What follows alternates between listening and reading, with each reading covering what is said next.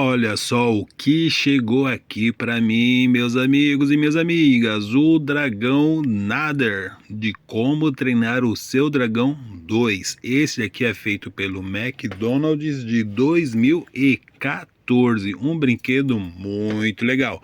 Porém, esse dragão passou por uma boca nervosa. A asazinha dele tá tudo mordida, ó. Essa asinha, esta outra asa, até o rabinho dele aqui também tá mordido, ó. Dá uma dosinha, mas ele está inteiro, não está faltando nenhuma parte. Tá muito legal a carinha dele de sapeca, ó.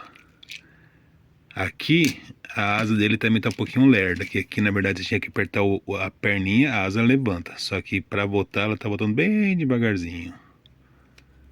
Mas é um brinquedo que eu quero deixar registrado para vocês. Então, se você gostou do vídeo, curta o vídeo, siga o canal e compartilhe, porque vai ter mais. Valeu, tchau!